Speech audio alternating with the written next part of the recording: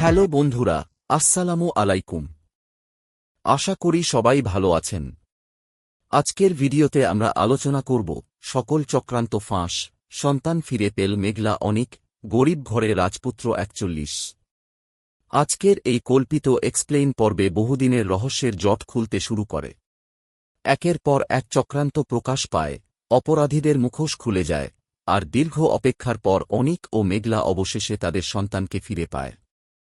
পর্বের শুরুতেই দেখা যায়, পুলিশের হাতে এমন কিছু গুরুত্বপূর্ণ প্রমাণ আসে যা পুরো মামলার মোড় ঘুরিয়ে দেয়।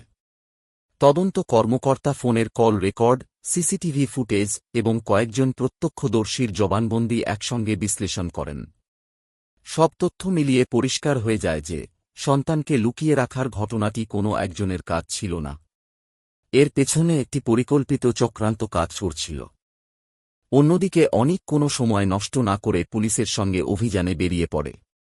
মেঘলাও দৃঢ়ভাবে জানায়, সন্তানের খবর না পাওয়া পর্যন্ত সে ঘরে ফিরবে না। একজন মায়ের সেই অদম্য সাহস দেখে সবাই তাকে সমর্থন জানায়। অভিযানের এক পর্যায়ে পুলিশ একটি নির্জন বাড়িতে পৌঁছে যায়। সেখানে উপস্থিত কয়েকজন সন্দেহভাজন পালানোর চেষ্টা করলে পুলিশ তাদের আটক করে। জিজ্ঞাসাবাদের সময় একের পর এক চাঞ্চল্যকর তথ্য বেরিয়ে আসে। সবাই বুঝতে পারে, এতদিন যেসব কথা গোপন রাখা হয়েছিল সেগুলোই আজ প্রকাশ পাচ্ছে। ঠিক তখনই একটি ঘর থেকে শিশুর কান্নার শব্দ শোনা যায়। মেঘলা দৌড়ে সেখানে গিয়ে দেখে তার সন্তান নিরাপদে রয়েছে। সে মুহূর্তেই সন্তানকে বুকে জড়িয়ে ধরে কান্নায় ভেঙে পড়ে। অনিকও এগিয়ে এসে দুজনকে জড়িয়ে ধরে।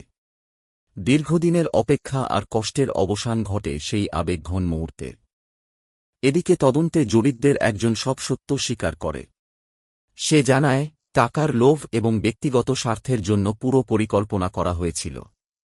তবে শেষ মুহূর্তে পরিস্থিতি নিয়ন্ত্রণের বাইরে চলে যায়।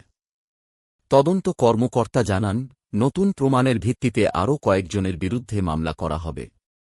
যারা এতদিন আড়ালে থেকে সব পরিচালনা করছিল তাদেরও আইনের আওতায় আনা হবে। বাড়িতে ফিরে মেঘলার মা বাবা নাতিকে বুকে জড়িয়ে ধরেন।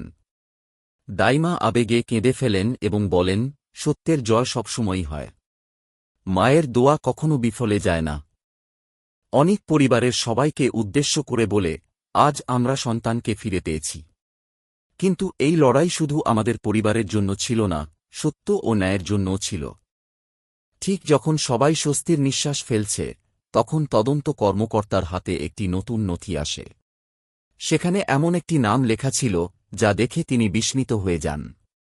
তিনি ধীরে বলেন, মনে হচ্ছে এই ঘটনার পেছনে আরও একজন প্রভাবশালী ব্যক্তি ছিল। শেষ দৃশ্যে দেখা যায়, দূরে দাঁড়িয়ে এক রহস্যময় ব্যক্তি পুরো ঘটনাটি দেখছে। সে মুচকি হেসে ফোনে বলে, একটা চক্রান্ত শেষ হয়েছে, কিন্তু খেলা এখনও শেষ নয়। এই রহস্যময় দৃশ্যের মধ্য দিয়েই শেষ হয় গরিব ঘরে রাজপুত্র ৪১-এর আজকের কল্পিত পর্ব।